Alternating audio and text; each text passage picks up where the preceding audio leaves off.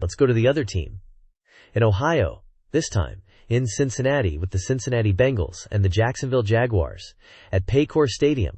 It was a wild ride, as the score suggests, and this game was completely different than Cleveland and Baltimore. The Bengals edged out the Jaguars 31-27, thanks to a dramatic 15-play, 92-yard drive capped by a quarterback sneak with 18 seconds remaining. The good thing about a Week 2 matchup is, whether the previous season went as planned, or even the previous game, it's early so the concerns can be worked on and fixed, many anyway. Jacksonville entered the contest believing it had re-established a balanced offense under head coach Liam Cohen, especially with a strong rushing attack and increased tempo. And this gives Jaguars fans a real cause for optimism as they have Trevor Lawrence, their first overall pick from a few seasons ago, and his college teammate and current running back, Travis Etienne Jr.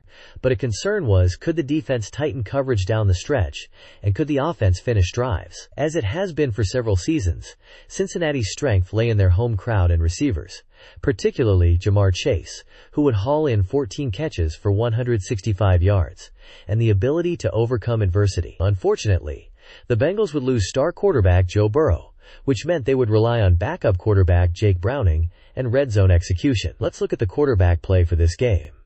Before his injury, Joe Burrow completed 7 of 13 passes for 76 yards and 1 touchdown.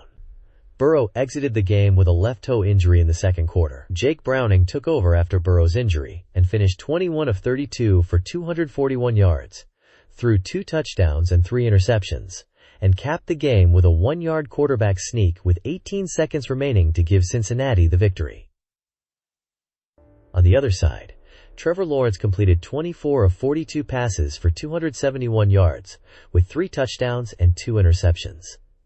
He led Jacksonville to an early lead, but could not close it out. In regards to the ground game, the Jaguars dominated the rushing game with 139 yards and showed flashes of offensive rhythm early, while the Bengals leaned more on air attack and clutch execution.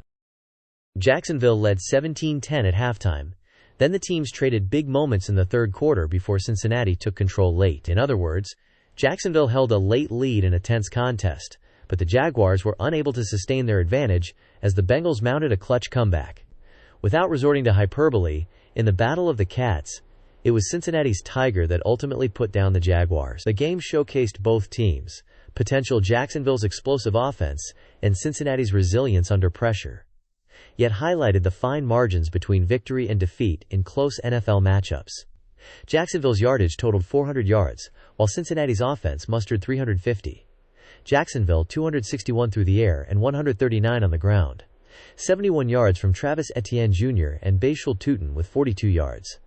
Cincinnati had 241 yards from Browning and 76 from Burrow for a total of 317 total yards through the air, sacked 3 times for a total of 302 passing yards, and 47 on the ground by Chase Brown, another yard from Browning for a total of 48 rushing yards.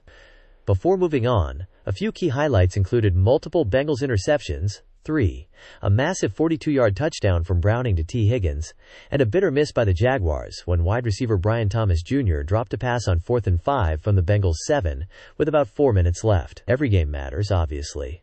And this game mattered because it offered an early glimpse into where 2 young franchises are headed. For the Jaguars, a win would have solidified momentum under Cohen and Lawrence. The loss instead raised questions about finishing and execution. For the Bengals, the win reinforced their resilience and depth, crucial for a team with championship ambitions facing injury.